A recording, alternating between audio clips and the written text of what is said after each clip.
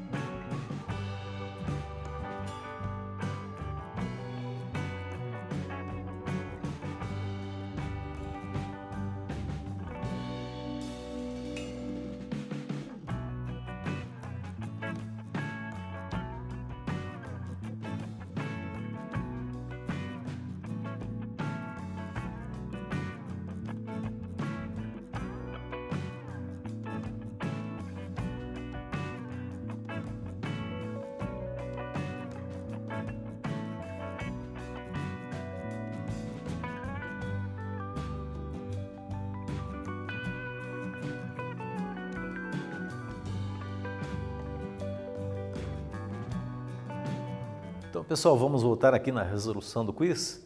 Eu vou dar uma lida novamente. Assinale a alternativa correta em relação à proporcionalidade entre o comprimento do fio e a sua resistência. Letra A diz, são grandezas inversamente proporcionais, e letra B, são grandezas diretamente proporcionais. Então, nós vimos que o comprimento, quanto maior for, maior será a resistência. Então, são grandezas diretamente proporcionais. Letra B é a resposta correta. Na sequência aqui, nós temos novamente a figura aqui, comparando agora o comprimento do fio, né? Na primeira figura, nós temos que o comprimento do fio é L. E na segunda figura, nós temos que o comprimento do fio passou a ser 2 L's. Como são grandezas diretamente proporcionais, quanto maior o comprimento, maior a resistência. O que vai acontecer, então? Se L passou a ser 2L, a resistência, né, vai ser 2R, vai dobrar também.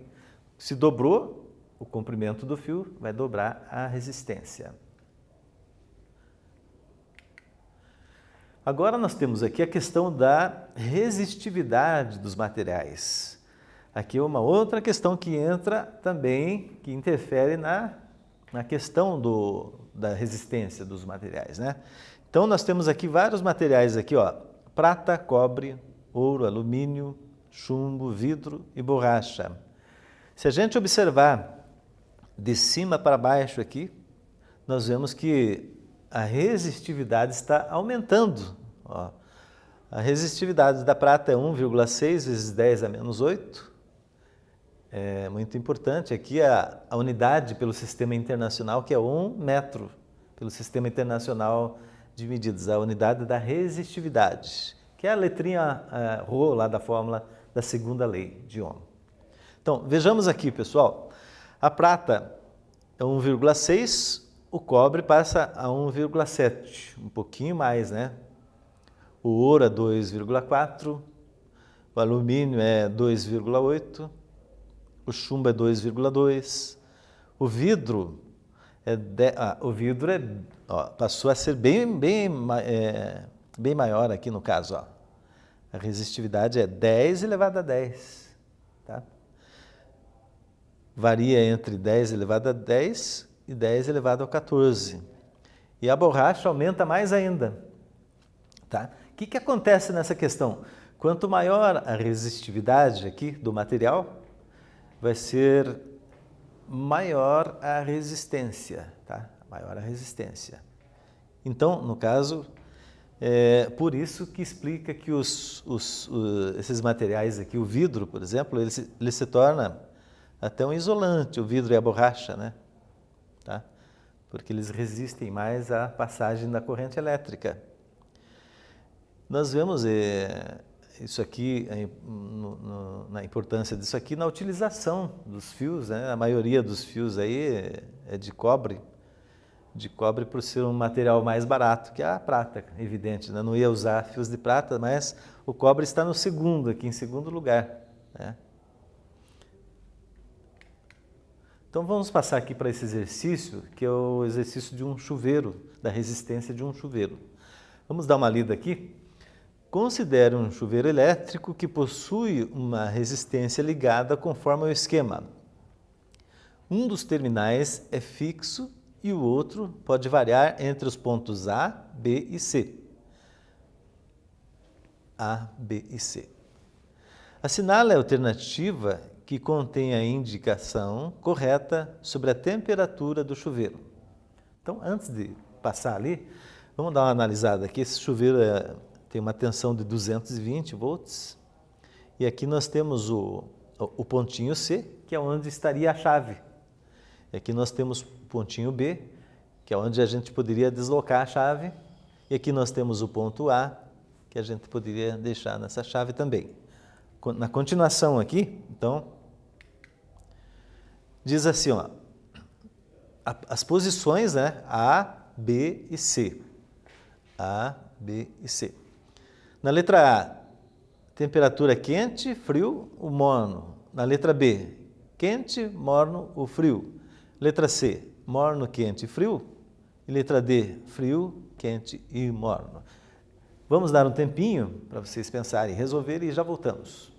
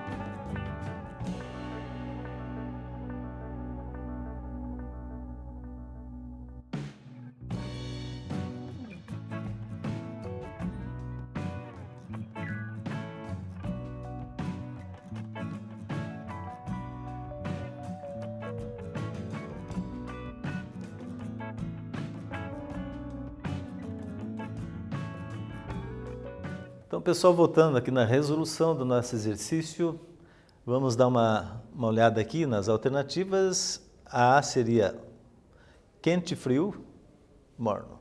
B, quente, morno e frio. C, morno, quente e frio. D, frio, quente e morno. Bom, eu vou pôr aqui a resposta já, que é a letra B, tá? E eu quero explorar aqui o porquê disso, né? Na letra B está dizendo que é quente, morno e frio. Vamos ver aqui o ponto B. No ponto B, a resistência, o comprimento do fio é maior. Então, nesse caso, quanto maior o comprimento do fio, nós vamos ver aqui, pessoal, nós temos aqui as duas leis de Ohm, né? A primeira lei e a segunda lei. Nós comentamos, então, que o comprimento do fio é diretamente proporcional à resistência. Quanto maior o comprimento, maior a resistência, né? Maior a resistência. Maior a resistência, nós podemos ver aqui que a corrente será menor, né? Porque são grandezas inversamente proporcionais. Maior a resistência, menor a corrente. Então, nesse caso, a temperatura ficaria aqui no morno, né? No morno, certo? No ponto B, morno. O ponto C, que é a chavinha desligada, seria frio. E no ponto A, seria quente, né? No ponto A aqui, ó. O comprimento do fio ficaria menorzinho aqui. Vamos ver de novo? Se o comprimento for menor, o que acontece aqui? Menor a resistência, maior a corrente daí, ó. Menor a resistência, maior a corrente, inversamente proporcionais.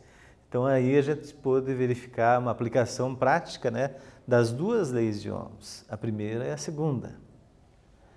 Beleza? Então passamos aqui para frente. Nós temos o segundo exercício da nossa aula de hoje. Vamos dar uma lida aqui. Um cabo feito de liga de cobre possui área de secção transversal correspondente a 10 milímetros quadrados.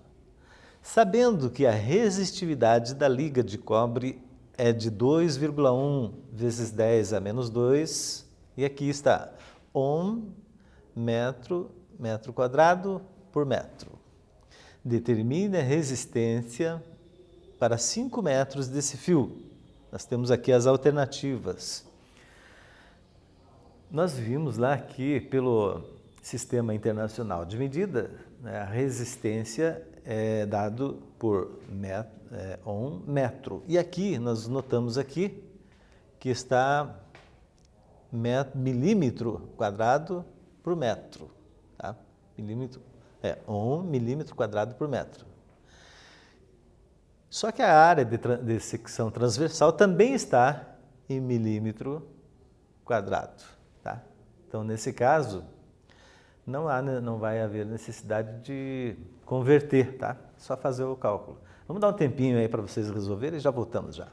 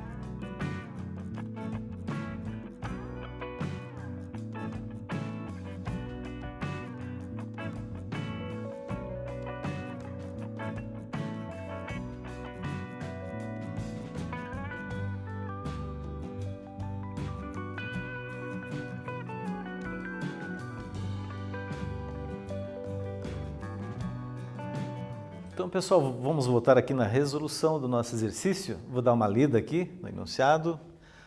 Um cabo feito de liga de cobre possui área de secção transversal correspondente a 10 milímetros quadrados.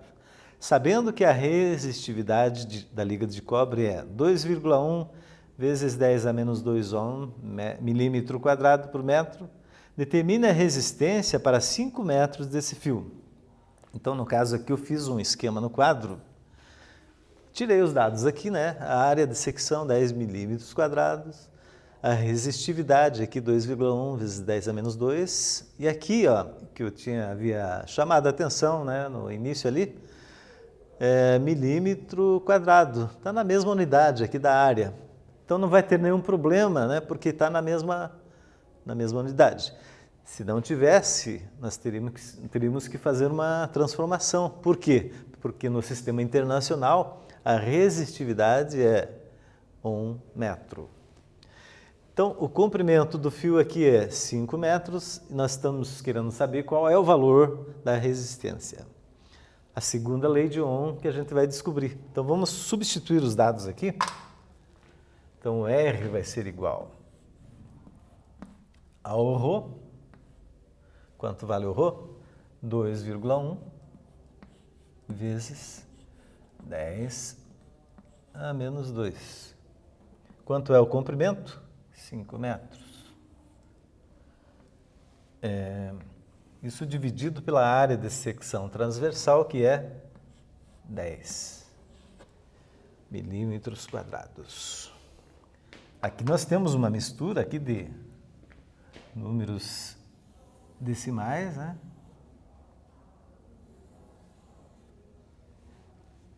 Vamos fazer essa continha aqui primeiro. Ó. Temos uma mistura de potência de 10 com números decimais. Então, vamos fazer esse vezes esse primeiro. Tá? Então, vai ficar igual. Multiplicando aqui, 2,1 vezes 5. Nós temos ali 10,5. Sobrou a potência de 10 aqui, ó. E sobrou também o 10 de baixo, do denominador.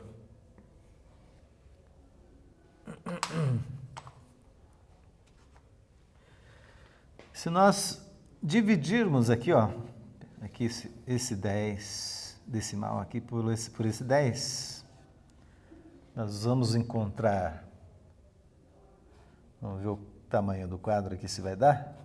Vai faltar quadro? Acho que não vai faltar quadro, não. Vai dar 1,05 vezes 10 a menos 2. Certo? Então, dividindo aqui, ó, 10,5 por 10, vai dar 1,05. Eu vou repetir aqui para ficar melhor aqui, ó. Então, R vai ficar igual a 1,5 vezes 10 a menos 2. 1. No sistema internacional, a resistência é 1.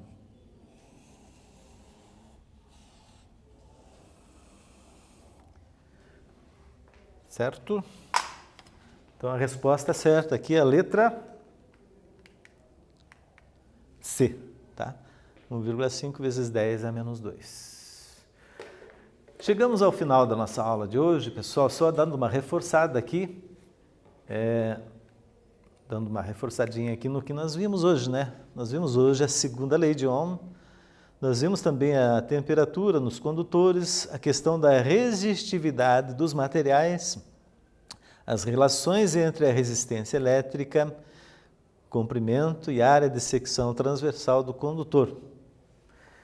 E antes de eu encerrar, eu quero dar uma reforçada aqui na necessidade de você fazer as tarefinhas lá no Classroom.